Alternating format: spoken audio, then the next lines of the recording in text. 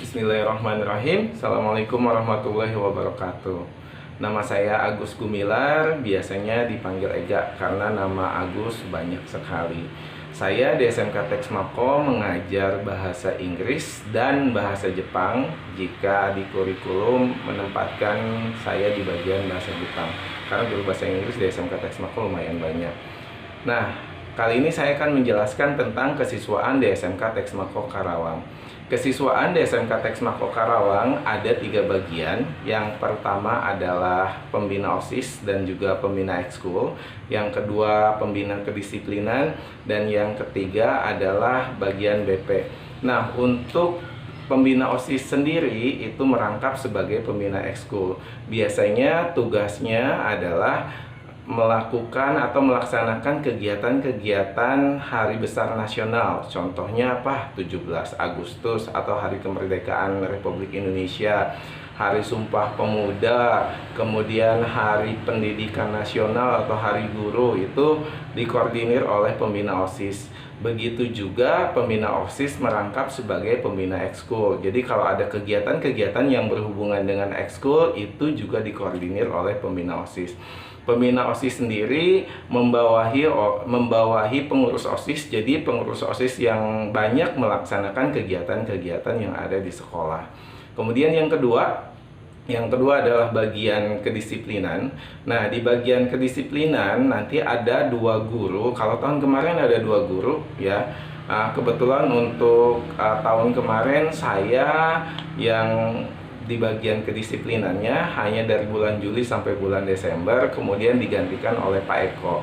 Kemudian ada 2 orang ya untuk bagian kedisiplinan, yaitu Bu Nadia. Jadi sebelumnya Bu Nadia dengan saya, kemudian saya tidak di bagian kedisiplinan lagi, pindah. Kemudian Pak Eko dengan Bu Nadia. Untuk pembina OSIS sendiri, pembina OSISnya oleh Pak Suhendi untuk tahun kemarin ya. Untuk tahun ajaran baru belum ditentukan. Jadi saya kembali, fungsi dari pembina kedisiplinan adalah setiap pagi ketika kalian masuk sekolah itu, karena masuk sekolahnya jam 7 gerbang itu ditutup. Jadi kalau gerbang ditutup, nanti ada pembina kedisiplinan di situ bersama dengan pengurus OSIS. Begitu juga ada tim security di sana yang akan menjaga gerbang. Jadi kalau kalian kesiangan, kalian akan kena hukuman. Hukumannya apa? Kita melaksanakan 2 jenis hukuman. Hukuman yang pertama adalah hukuman fisik. Hukuman fisiknya bukan berupa ditampar dan sebagainya macamnya, tetapi lebih ke kalian nanti akan diminta sit up, kalian akan diminta push up atau jalan jongkok atau squat jump. Fungsinya adalah supaya kalian fisiknya kuat. Mengapa? Karena anak SMK itu biasanya dididik untuk menjadi pekerja di perusahaan. Dan biasanya bagiannya selevel operator, hampir rata-rata di bagian itu. Dan bagian itu sangat membutuhkan fisik yang kuat. Jadi kalau kalian kesiangan, kemudian ada hukum fisik, hukuman itu bukan ditujukan untuk gurunya benci sama kalian, tapi sayang sama kalian supaya fisik kalian bagus. Dan ketika nanti di perusahaan kalian fisiknya, atau ketika kerja fisiknya kuat ya. Nah, di bagian kedisiplinan sendiri nanti mereka yang biasanya melakukan razia. Jadi perempuan nih biasanya yang lipstiknya tebal, kemudian make upnya tebal. Nah, di tasnya kemudian ada barang-barang kosmetik yang tidak diizinkan oleh sekolah. Itu nanti akan dirazia oleh pihak kedisiplinan dan dibantu dengan kesiswaan yang lainnya. Kemudian bagi laki-laki biasanya yang motornya knalpotnya bising, knalpot racing, kemudian ada barang-barang yang tidak diperbolehkan di tasnya, itu juga nanti kalau ada razia itu akan diambil. Kemudian kalau ada kasus-kasus masalah, misalkan ada anak Teks Mako yang nongkrong di warung, merokok dan sebagainya macamnya, biasanya tim kedisiplinan sigap untuk sigap untuk pergi ke sana ya, untuk kalian ketika misalkan nongkrong di warung itu akan ditangkap. Oh, satu lagi saya lupa, tim kedisiplinan yang tidak saya sebutkan, mohon maaf, Pak Mulyadi ya. Jadi ada 3 orang di bagian tim kedisiplinan, yaitu Pak Eko, Bu Nadia, dan Pak Mulyadi. Kemudian tadi tentang tim kedisiplinan, sekarang saya akan menjelaskan tentang BP. Nah, BP di mindset orang-orang atau murid-murid rata-rata kalau masuk BP itu biasanya kena masalah. Padahal sebetulnya BP, BK itu biasanya ada BK, bimbingan konseling. Itu kalian bisa konsel atau curhat bahasa anak sekarangnya. Curhat masalah apapun, kalian boleh curhat tentang misalkan kalian punya orang tua yang sikapnya kayak gini.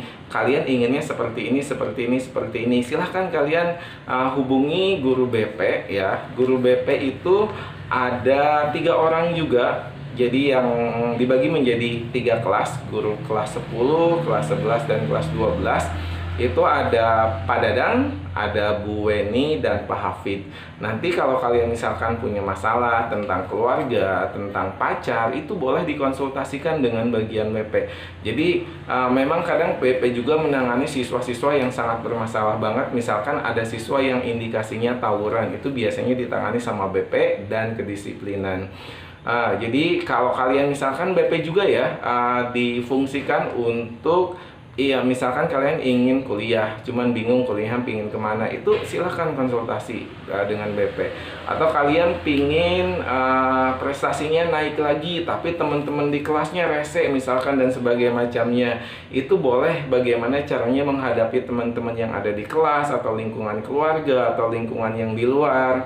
Atau kalian misalkan punya masalah dengan keluarga yang misalkan nggak mampu, kemudian kalian harus kerja, datang kesayangan terlambat terus, itu silahkan dikonsultasikan dengan BP. Jadi BP itu bukan biangnya masalah.